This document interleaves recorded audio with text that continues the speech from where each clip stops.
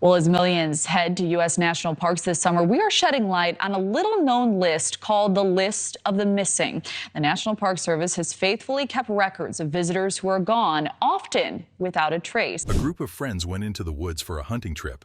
Only one came back. 3 years ago, a man joined 3 of his closest friends for what they called a real hunting experience. Until then, he'd only been on small, ordinary hunts, deer, ducks, nothing out of the ordinary. His friends were seasoned outdoorsmen who had been hunting since childhood and knew every trick in the book. That October, they called him with a plan. They told him it was time to see what serious hunting was about. Thinking they meant elk or maybe bear, he agreed, eager to spend time with them and tired of small game. Before dawn on a Thursday, the 4 men loaded a truck with rifles, ammunition, camping gear, and enough food for a week. From the beginning, there was an odd tension. The seasoned hunters made inside jokes and exchanged glances they thought went unnoticed. They drove north for 3 hours on paved roads before turning onto logging tracks that became rougher and rougher, pavement to gravel, gravel to dirt, dirt to rutted mud. The driver shifted into 4-wheel drive to push through sections washed out by rain. After another 2 hours, they reached a rusted gate marked Private Logging Company,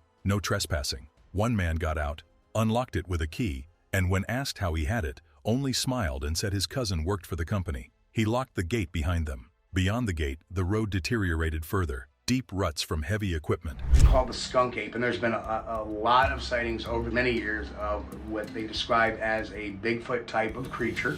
What they call that is the skunk ape, partly because it smells skunky. But for all intents and purposes, it's the same thing as a Bigfoot. Fallen branches everywhere, creek beds where bridges had collapsed years before. They passed abandoned logging camps and rusted machinery left to rot, mile after mile of forest that looked untouched for decades. By the time the road ended at a creek with a small turnaround, they had been traveling for 6 hours and still had to hike. They slung on their packs and followed a faint game path uphill through towering old-growth forest. Trees were so massive it would take several people to wrap their arms around a trunk. The canopy above was so thick that even at midday it felt like twilight. The 3 experienced hunters constantly checked a GPS and a hand-drawn map, moving with confidence and pointing out landmarks, a jagged rock, a dead tree with an odd shape. As they climbed higher, the forest became even older and denser. Ferns rose to their waists, berry bushes blocked the view to only a few feet. They crossed 3 streams on fallen logs, scrambled over rock slides and pushed through thickets so tight they had to walk single file. The novice hunter's pack grew heavier with each step. Doubts crept in, but his friends never hesitated at trail junctions. After 3 more hours of uphill hiking, the group reached a small clearing surrounded by giant cedar trees. It bore the marks of an old campsite, a ring of river stones for a fire, logs set up as benches, flattened ground where tents had been pitched before.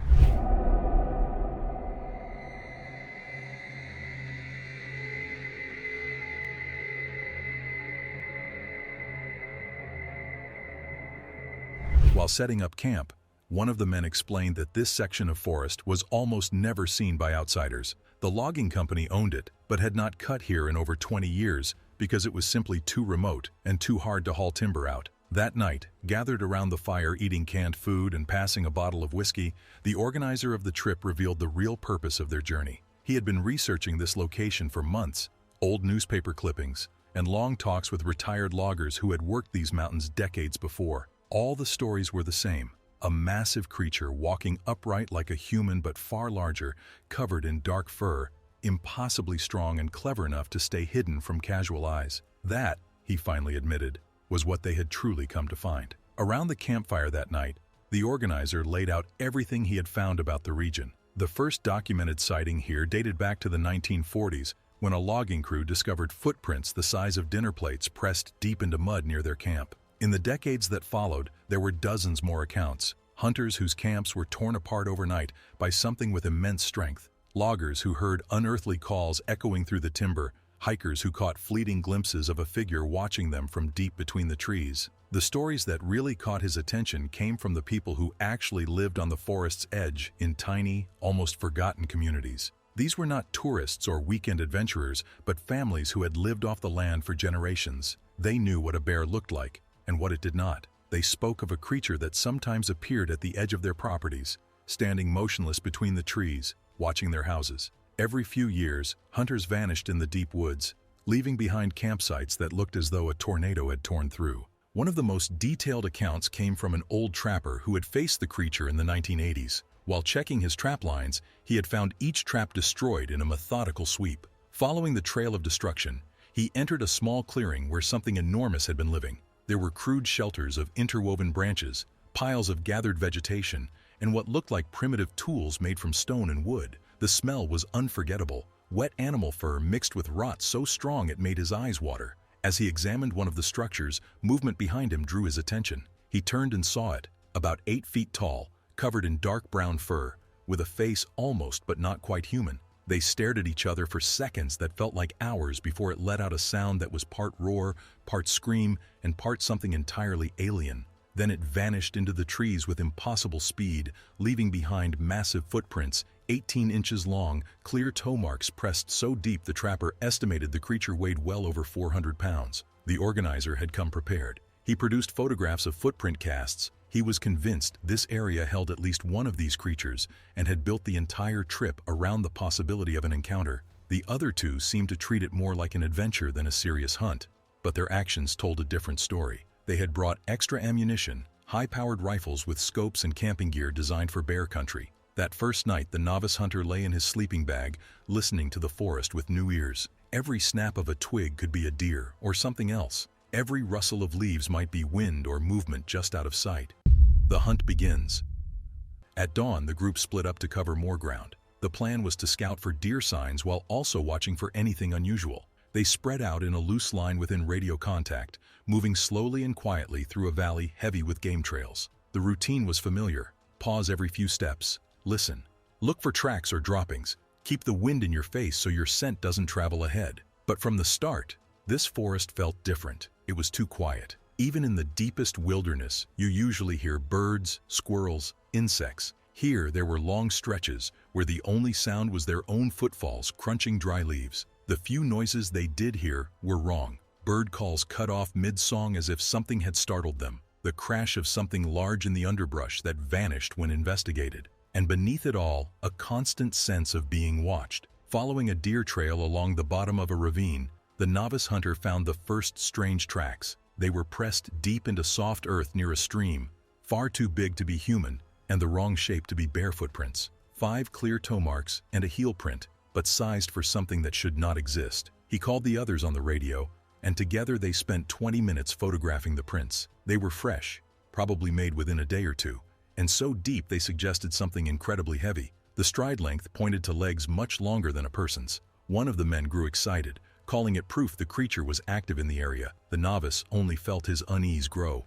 If something that large was moving through these woods, they needed to be careful. They followed the trail for nearly a mile, up out of the ravine onto a ridge overlooking the forest. The tracks showed purpose, not the random wandering of an animal. They used natural pathways and avoided leaving obvious signs. At one point, the trail led to a tree shredded from 4 to 8 feet up the trunk. Gouges so deep, they could only have been made by something with immense strength and claws that tore wood like paper. They were about to leave when one of the men spotted fresh footprints leading away from the clearing. These were different from the ones they had been following.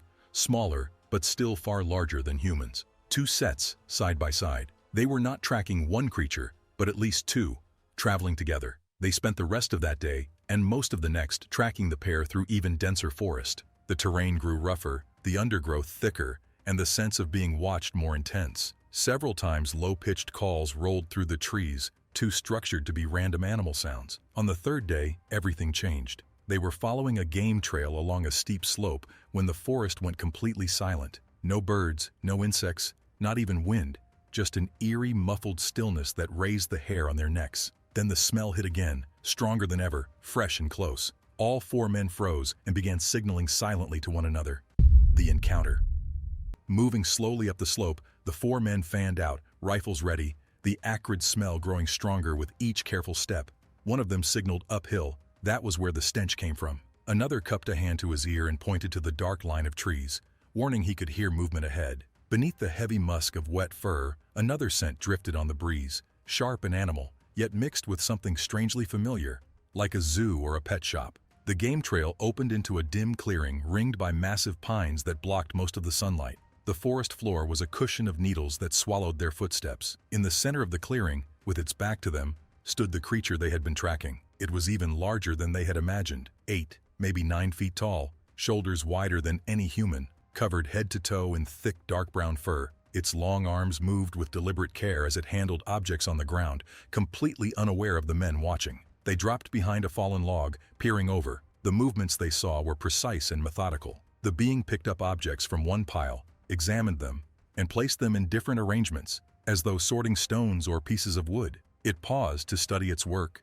scratched itself, shifted its stance. Everything about it suggested intelligence and problem-solving rather than instinct. For 10 minutes they lay frozen, barely breathing, while soft grunts of satisfaction or frustration came from the clearing. At one point, it straightened to its full height, stretching. Its frame was massive, the limbs thick with power. That was when the trip organizer slowly raised his rifle, eyes fixed through the scope. The others gestured frantically for him to stop, but his expression had changed to the rapt, single-minded look of a hunter staring at the trophy of a lifetime. The creature stood broadside at 60 yards, oblivious.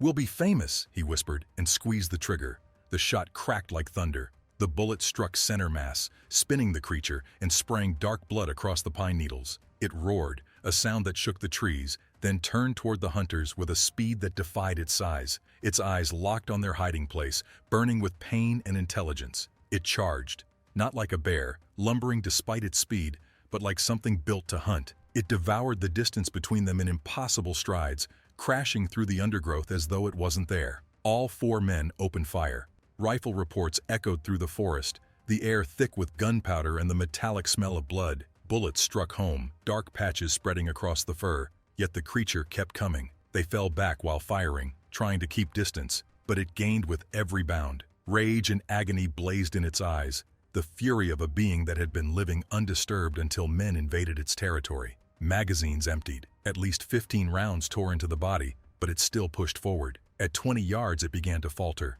blood streaming from multiple wounds, movements slowing and uneven. 3 more direct hits finally dropped it. The massive form collapsed and slid across the pine needles, coming to rest against a tree. Even then its chest heaved, trying to rise again. Rifles stayed trained on it until the forest fell silent, as if the whole wilderness were holding its breath. When they dared approach, the enormity of what they had done hit them. Up close, the creature was overwhelming. Its hands were twice the size of a man's, tipped with thick black nails more like claws. Beneath the matted fur, muscles stood out in ridges that could have torn any of them apart without effort. The face was the most unsettling, heavy-browed and primitive, yet disturbingly familiar in its proportions, as though a reflection from some deep ancestral past. Even in death, the eyes held a glimmer of intelligence. This had been a thinking, reasoning being, not an animal acting on instinct. The smell was nearly unbearable. Wet fur, rot, metallic blood. They had put at least 15 rounds into it from 4 rifles, and the pine needles were soaked with its blood. A lesser creature would have fallen at the first volley. The organizer, already talking about evidence and proof, fumbled for his phone to take photographs and measurements, excited at the thought of fame. The others stood in silence, feeling only dread and a sense of violation. They had killed something that might have been the last of its kind. Then a new sound rolled through the forest. At first it was a low moan, almost subsonic, felt more than heard. It swelled into a wail of pure grief and rage, echoing off the mountainsides, vibrating through the trees and through their bones. It was the sound of something mourning, a companion discovering what had been done. When it finally faded, the silence that followed was even worse. Then a noise was heard again. Something huge was coming straight toward the group, breaking branches and stomping the ground so hard they could feel the vibrations in their boots. It was not trying to hide. They scrambled to reload, hands trembling. They had only just killed one creature with a lucky ambush, and now an even bigger one was coming for them. Dark fur flickered between the trees, and the smell of wet fur and decay rolled in, mixed with rage. When it stepped into the clearing, they saw why the legends spoke of 1 Bigfoot per territory. This one was taller than 9 feet, muscles like boulders, black-scarred fur, and eyes full of intelligence and fury. It looked at the dead creature on the ground and let out a sound of pure grief. Then it charged. They opened fire, but the beast darted between trees, zigzagging. Bullets hit and blood sprayed, yet it kept coming. In seconds it was among them. It seized the first man and crushed him like a doll. Another tried to run, but was caught before he had gone 10 steps. 2 men were left. Panic set in. The creature slowed, herding them away from their rifles, almost playing with them. When the third man swung a heavy branch, it snapped it with one hand and killed him too. 1 survivor remained. Instinct took over. He dropped his rifle and ran. He crashed through undergrowth, lungs burning, legs shaking, hearing heavy footsteps behind him. He pushed uphill, downhill, across streams, through thickets. Then the sound stopped. The forest went still again. Was it gone or stalking him silently now? He kept moving, but he was lost. Hours passed as the sun shifted overhead. He had no idea where he was, only that everyone else was dead and the thing might still be out there. As night fell, the lone survivor collapsed beside a creek. His legs refused to move any farther, and his throat burned with thirst. He stared around at the endless trees, finally realizing how bad things were. His friends were dead. His gear was gone. He had no map, no way to call for help, and somewhere out there, the monster might still be looking for him. He spent the night pressed against a tree, flinching at every sound, expecting glowing eyes to appear at any moment. Nothing came. Maybe the creature had lost interest. Maybe it wanted the wilderness to finish him instead. 3 days in the forest. For 3 days he wandered, drinking from streams, eating questionable berries, and sleeping in rough shelters. The first day was pure terror. Every flicker in the trees looked like the beast. By the second day, the fear had dulled, but hunger and exhaustion took over. He tried following creeks, hoping they would lead to people, but they only wound deeper into the woods. On the third day, he stumbled across an overgrown logging road. Desperate, he followed it for hours until, at last, a ranger station appeared. Smoke curled from the chimney. A truck sat out front. Relief made him cry. The ranger who opened the door took one look at him and immediately brought him inside, fed him, and called search and rescue. He said his friends had vanished during a hunting trip, but kept quiet about the creatures. Helicopters, dogs, volunteers, and even National Guard units scoured the area for 2 weeks. They found the camp, the trails, and the blood-soaked clearing littered with bullet casings and gouged trees, but there were no bodies, human or otherwise. The official report blamed a bear attack, even though no grizzlies had lived there for 50 years. It was the neatest explanation everyone could accept. That was 3 years ago. He can't go near forests anymore. The smell of pine, the creak of branches, even the memory of wet fur brings everything back. The screams, the eyes, the guilt. He's tried therapy and medication, but nothing erases what he knows. They killed something that should have been left alone, and its mate took revenge. Worst of all is the shame. He ran while his friends died. He tells himself it wouldn't have changed anything, but deep down, he says he feels like a coward. And lately the nightmares are becoming real. Sometimes he wakes to muddy footprints on his porch, far too big to be human. Sometimes he finds deep gouges 8 feet off the ground, the same kind of marks they saw on that tree in the forest. He thinks the creature found him. Maybe it's waiting for the right moment to finish what was started. Maybe that's why he's finally telling the story. If he disappeared like his friends, at least someone would know the truth. There were things in the deep woods people did not understand and should not disturb. They had gone in thinking they were hunters. They came out the hunted.